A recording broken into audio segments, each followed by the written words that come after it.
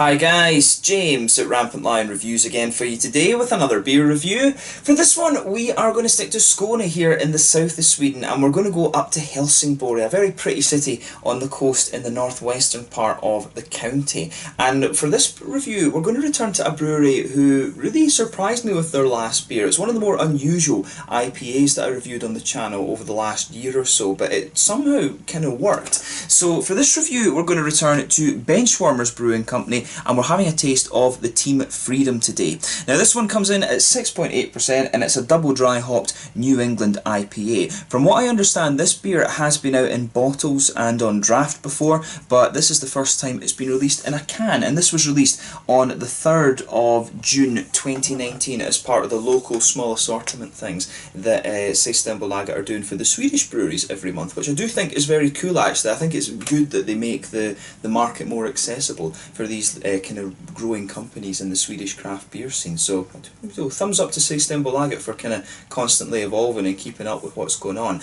But really looking forward to trying this one. It would be cool to try a more straight up beer from these guys, because the last one I tried was it called What Does a Gay Horse Eat, or What Do You Feed a Gay Horse? It was something like that it was called, and it was an oatmeal IPA and it worked. It was really quite nice. Just not what I expected at all. So I'm curious to see what a more straight up and conventional beer from these guys is like. But they've got a good reputation, but despite that reputation they are still pretty small actually. But it'll be an interesting company to watch over the next little while. But I hope you guys enjoy my take on this beer. So anyway, as is usual with my reviews then, I'll tell you a little bit about the brewery. If you want to get straight to the tasting, just fast forward. All the usual links are in the description below. That's the brewery website, the link to my other reviews that I've done from Benchwarmers Brewing Company. You will hopefully see some more in the fairly near future. There's all the usual social media. If you want to see more beer reviews, do please consider subscribing to the channel. The whole channel of course has a geography based tagging system, so you can go into the homepage and search for beer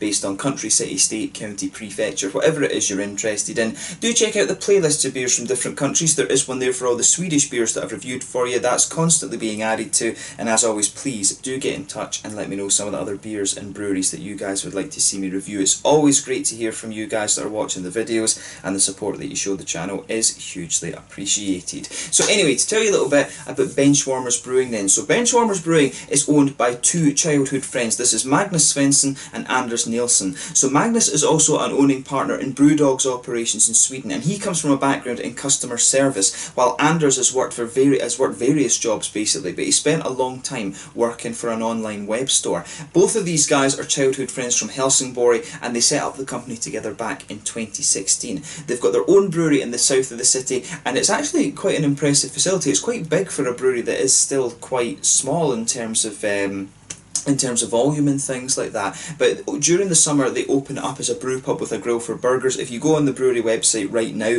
you'll see the photos of it, and they've got it set up really quite nicely actually. It's got a nice kind of whole aesthetic and vibe about it. I do hope that I can go and check it out sometime this summer in fact. But they apparently named the brewery Benchwarmers because they say they spent a bit too much time sitting on benches in their youth drinking beer, or just drinking, I don't think it's even in their youth. I think they still do it today, to be honest. But yeah, it's a brewery that, like I said, has a good reputation, particularly here in Skåne. A lot of people are saying their IPAs and things like that are good.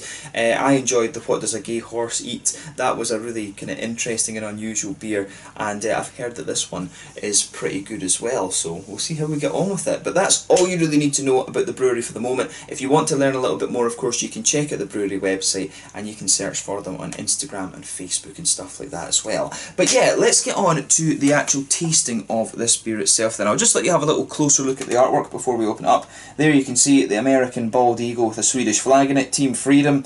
Yeah, so there you can see Benchwarmers Brewing Company. There's the guys there, or one of them, with these old walking no, it's an umbrella rather, just chilling on the bench and sitting there. So yeah, a 33ml can, or 33 centilitres as they've got it here. I don't know why in Sweden they're so obsessed with decilitres and centilitres and stuff like that. I have to teach my kids that in maths, but I always thought it was made more sense to use millilitres and litres, because I told them the only time you ever encounter these really is when you're brewing beer or at Systembolaget. But yeah, it should be an interesting one. It's a 6.8% double dry hopped New England IPA. So let's get it out and we will get on with the tasting then. So yeah. Still need to get a new beer glass. As I told you, my Amar Braukus one bit the dust in the sink and I was very sad about that. But yeah, we'll get a new one soon. I'll leave a little bit in the can just so we can sugar it up and get the aroma out of it. But as you can see, this IPA is more yellow than anything else. It actually looks a little bit like pineapple juice, but it's not the haziest one that I've come across. But when you open this beer up, you get a hell of a lot of nice aroma out of this one. I think there's, oh, that could be a little bit of mosaic or something in there, a little bit of citra I think. But yeah, as you can see with this beer, it's poured a lovely bright yellow, almost golden straw colour. It's almost the same colour as pineapple juice. If I put my fingers behind the glass, there you can see there is a good level of haze to this beer. There's about a third of a finger of a frothy white head. If I sugared the beer up a little bit more, you would get a little bit more of that there too. But one or two big bubbles sticking towards the side of the glass and a few little ones just heading up towards the bottom of that head there. But you know, overall it does look very, very nice, and pretty much what you would expect from a New England IPA, to be honest with you, but definitely one of the more kind of yellowy golden straw colour ones that I've come across. So yeah, let's take a closer look at that aroma then and just to see how we get on. Now that actually does smell really quite nice. So straight away you're getting a good mix of everything. I think the malt has a good presence in the aroma in this one. You can definitely pick up some of the nice smooth wheaty notes in there. The wheat is a little bit, is astringent the right word? It's the wheat does push its way out of the beer a little bit. You can smell a little bit of the oaty creaminess too, but I think this one leans a little bit more towards the wheaty side of things in terms of its aroma. Yeah, this is one, it comes across very smoothly, but the wheat has a good presence in this, as I said. Nice oaty creaminess to it also, but I think you can pick up a little bit of sweetness in there. There is a little touch of a kind of biscuity sweetness to this IPA as well, which is nice. So I do like it when you with these IPAs when you have just that malty balance in them. I've been missing the West Coast IPAs a lot recently, to be honest, and when you get the New England ones that just have that little bit of sweetness in them, it's always a nice kind of throwback, if you like. But yeah, on the fruity side of things, this is really nice. You've got some mangoes in there. There's definitely a little bit of a kind of, I think there's a little touch of passion fruit in here. If I was guessing what hops, I would think maybe Citra and Galaxy. There could be a little bit of Mosaic in there, to be honest, too. Yeah, I think there's maybe 3 hops in this, maybe Citra, Galaxy and Mosaic. It's very, very kind of distinctive. Oh well, all 3 of those hops are very distinctive.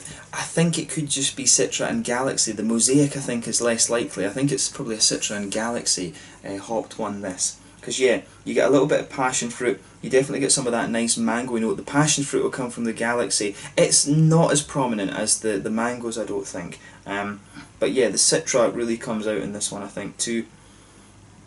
I think you've got some mangoes. I'm just guessing, by the way, I might be completely wrong, but yes, passion fruit, mangoes. There's a little bit of kind of papaya, sort of pineapple-y kind of notes to this as well. It does have some of these tropical fruit complexities, which you would expect from both hops. I think pineapple's more likely to come from Galaxy, and the papayas kind of thing was more likely to come from the Citra. But yeah, you can pick up a little bit of like a sort of lychee note to the beer as well, which is really nice. You know, you do get some of the Citra gives you a hell of a lot of fruit complexities. It can give you lychees, it can give you gooseberries, all of these kind of things, but it does have a really nice juicy fruity nose to it. The green side of the hops for me is definitely leaning towards the grassy side of things rather than anything else. So yeah, as I always say, take a little bit of time and enjoy the aroma of the beer before you get stuck into it. But we're going to have a taste of this one now and just see how we get on. So this is the Team Freedom, a double dry hopped New England IPA. It's 6.8% from Benchwarmers Brewing Company in Helsingborg in Skåne here in the south of Sweden. Let's get stuck into this one. Slange Skål.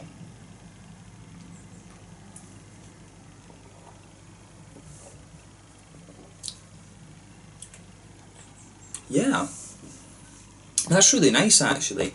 My first impression of this one is it's quite a light, easy drinking New England IPA. This one, the mouthfeel on this one is quite light, so that gives it a good bit of sessionability. And at 6.8%, you know, This one is very drinkable for that ABV. And it works actually. It's a very refreshing beer, this one, I'm finding, to be honest. And it's not because of Pilsner malt or anything. I have had some New England IPAs where they've put just a little bit of Pilsner malt in it to give it that kind of crispness. I think, I want to say that was Toppling Goliath actually that did that. But this one really has just that nice light, refreshing wetness to the mouthfeel, which is great.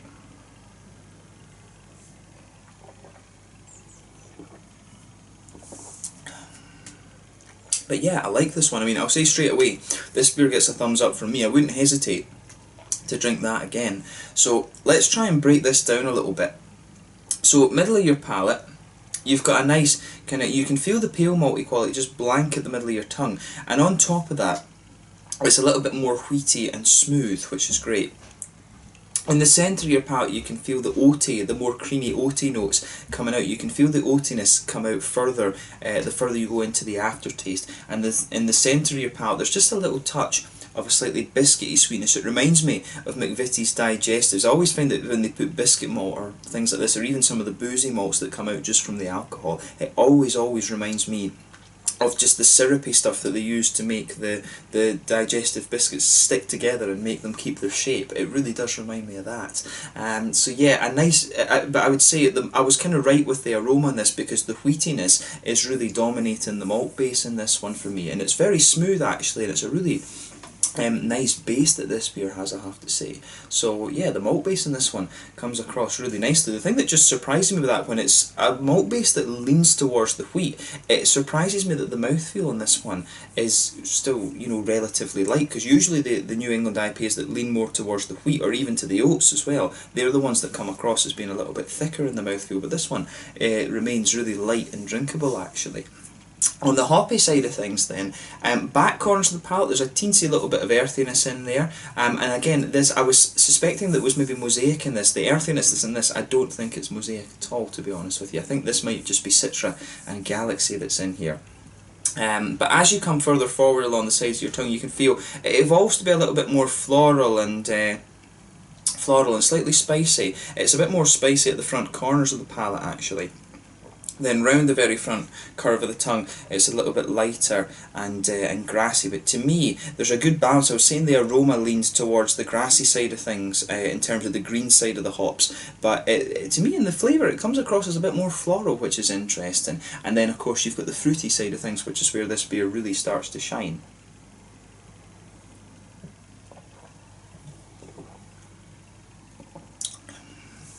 So yeah, as I always say, the fruity side of the beer, at least the fruits extracted from the hops, will come out in that little oily bubble behind the front curve of your palate, so you can just feel that rolling out the further you go into the beer.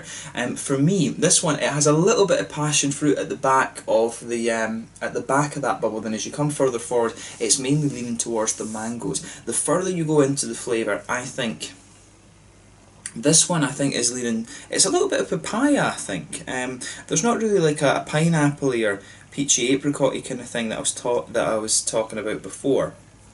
Well, maybe more apricot than peaches. Peaches are quite sharp. This one's very smooth. But there's on the very tip of the tongue, there's maybe just a little bit of a lychee kind of thing. The further you go into the aftertaste as well. But to me, the fruits are very straight up. It's mangoes, it's passion fruit, mangoes, and maybe just a little bit of papaya there. The further you go into the aftertaste. But you know, overall, it's a really nice tasting beer, this one, and I certainly wouldn't hesitate to drink it again. So in terms of the mouthfeel, as I've mentioned a couple of times, I find this one to be quite light, to be honest with you. The mouthfeel of this beer is really quite light actually. So I would say in terms of, it's at the very bottom end of mid-bodied. Carbonation does have a little bit of crispness in this one, and the mouthfeel overall is quite smooth, but it does have a little bit of wetness in there as well. Nice bit of hoppy, a nice little bit of hoppy bitterness. I would say we're talking about 35, maybe yeah, 30 IBUs, something like that in this one. Nice bit of juicy fruit, smoothness to the malt base with a little touch of sweetness, and the hops are leaning towards they've got a good balance between the floral and grassy side of things. But overall, a really nice IPA, this one, and I'm glad that I was finally able to try this, because I had heard a good few things about this one, but I just never come across it before. So yeah, thumbs up to Benchwarmers Brewing Company for this one, and I wouldn't hesitate to drink this again. Hopefully I can get over there at some point and check out their bar and maybe film a wee kind of out and about video. I need to do more of those actually in Sweden. But yeah, let's leave it at that. So this one is the Team Freedom, the double dry hop New England IPA, 6.8% from Benchwarmers Brewing Company in Helsingborg here in Skåne in the south of Sweden. Thank you again for watching my beer reviews. Until the next time, please like, subscribe, share, all the usual YouTube stuff. Let me know your own thoughts on this beer in the comments section below. Let me know what your favourite beers are from Benchwarmers Brewing Company as well, and do give me other Swedish beer recommendations as well, because there's so many Swedish breweries these days, it's a little bit difficult to kind of keep up with things. So do let me know what beers you'd like me to review in the comment section below. Check out my social media, and I will catch you guys very soon. The Team Freedom New England IPA from Benchwarmers Brewing Company, Helsingborg, Skåne, Sweden. Slange, skål.